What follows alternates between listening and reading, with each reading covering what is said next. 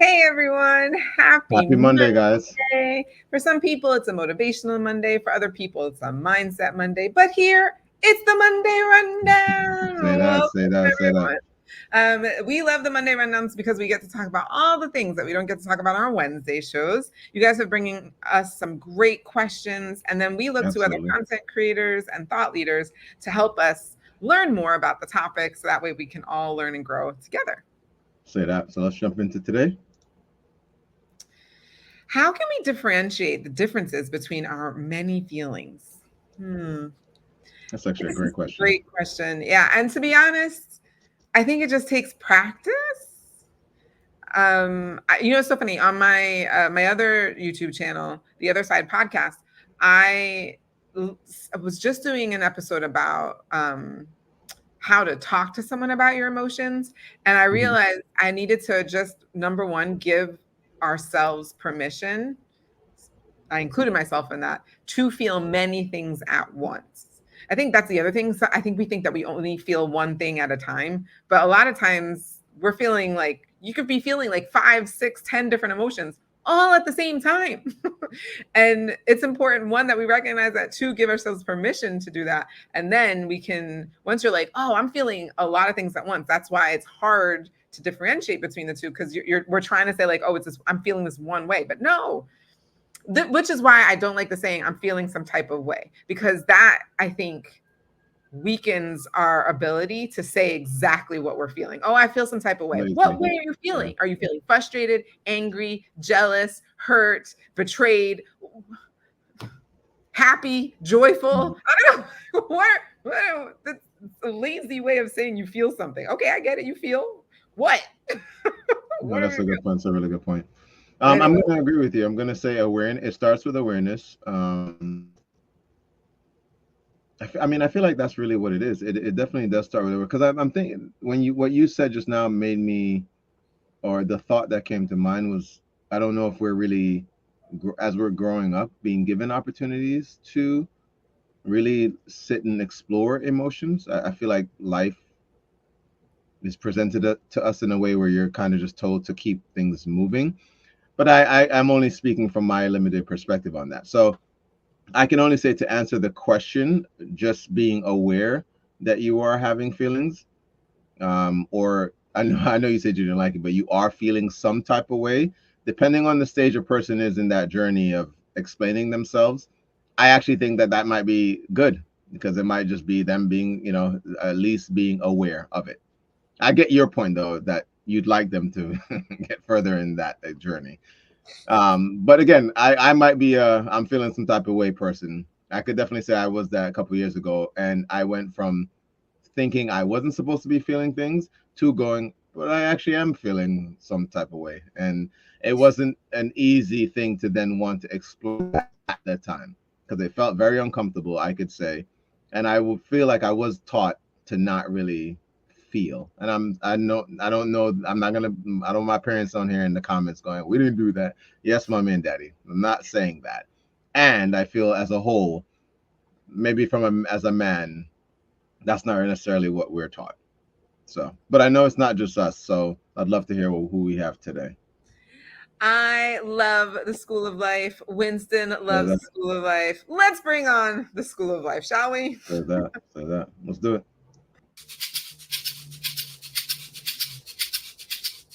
Guilt, paranoia, and irritability.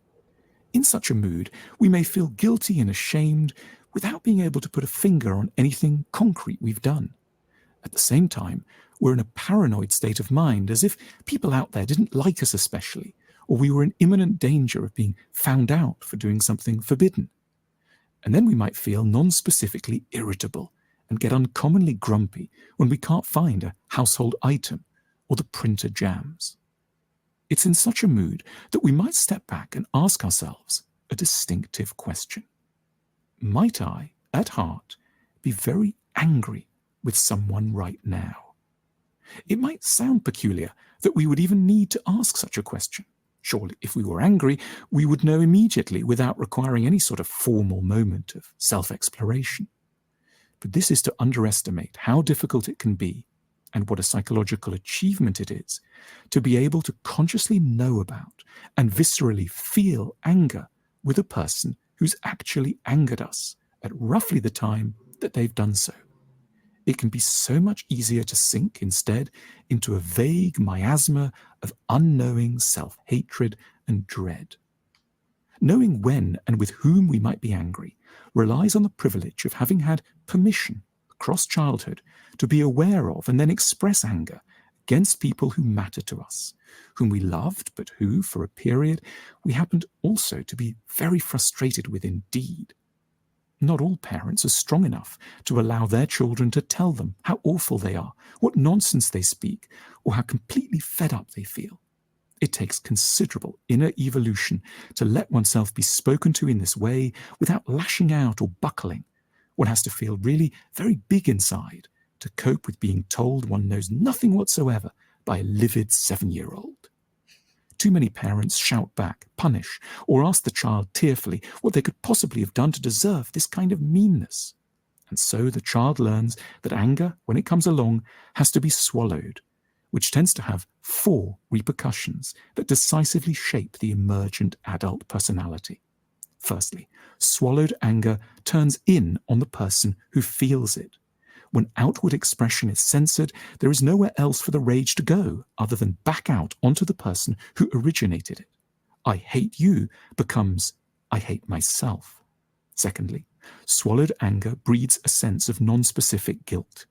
I wanted to harm you but couldn't becomes I've done something wrong, but I don't know what. Thirdly, swallowed anger finds its way back out in the form of paranoia. I want to take revenge on you in particular becomes everyone in general wants to do me in. And fourthly, swallowed anger gets discharged onto safe targets like bits of furniture or machinery, sometimes an unfortunate pet or kindly spouse. I'm livid with my colleagues becomes, why on earth has a fridge door still not been fixed? The next time we feel low, guilty, paranoid, and irritable, we should pause to wonder whether we are not, in our depths, really very angry with someone right now. It could be an associate, a friend, a lover, a therapist, or a long-dead parent. We need no longer be so unself-aware. Anger, held in sane, adult hands, doesn't have to injure or destroy anything. It can be safely felt and then discharged in person with civility and caution, or explored on one's own, in the pages of a journal or in the shower. Anger need not cause anyone injury. Swallowed anger invariably does. How interesting. I've never thought about what that could do to swallow one's anger. And I love that they talked about the 4 things that happen when we do that. I also love that they described why we do that. And it's typically because we're taught not to be angry at our parents. Yeah. Can I actually share that? And I feel like I've told this story before, that in anger, I said something to my son, and he actually, and just to complete transparency, I said, you could be I was trying to do something, and I guess he wasn't letting, or I felt he wasn't letting me do the thing. And I was like, you could be a better son. And hand to God, hand to the Bible, this man looked at me and said, and you could be a better dad. And I remember looking at him, and I like busted out laughing. And I don't know if it was exactly how they were describing it in the video, but I felt like it was something like that. I said something in anger or frustration, and I allowed him to respond in kind. And I didn't, and thankfully, I didn't reprimand him, because I grew up, and I think Janelle can relate to this. We grew up in a generation where you don't say things back to your parents. That is a slap to the face. I just remember that just wasn't the case. And so I do like that. I feel I just feel like a lot of kids get to say things now. And I know it seems like a lot of people may be like, no, they're too wild. But I'm here for it, because I do feel like there's a censorship, that there are a lot of conversations that we didn't get to have as kids, because we just kept making things taboo. You didn't talk to our parents about things, and we would have loved to actually have been able to, I literally spend thousands of dollars talking to someone now about things I could have talked to them about. Like, if you think about that, people are in therapy simply because they were not given their space or felt that they could share things with their parents that they're now having to talk to another grown adult about. No shade on therapies. That's not my come from. So let me not get on that box. So anyway, this is a great question, great video. I'm actually very appreciative. Go see your therapist. Say that. Say that. Any therapist coming on the show, I apologize in advance. I wasn't aware of it. So while we are all about to turn on our phones to schedule our appointments with our therapist, don't forget to like and subscribe and share this if you thought this was important or valuable. Please share it because it can help someone else and tells the algorithm that what we've got going on is valuable. But we'll see you next week. And until then, as always, remember that you deserve the good life. Say that. Be well.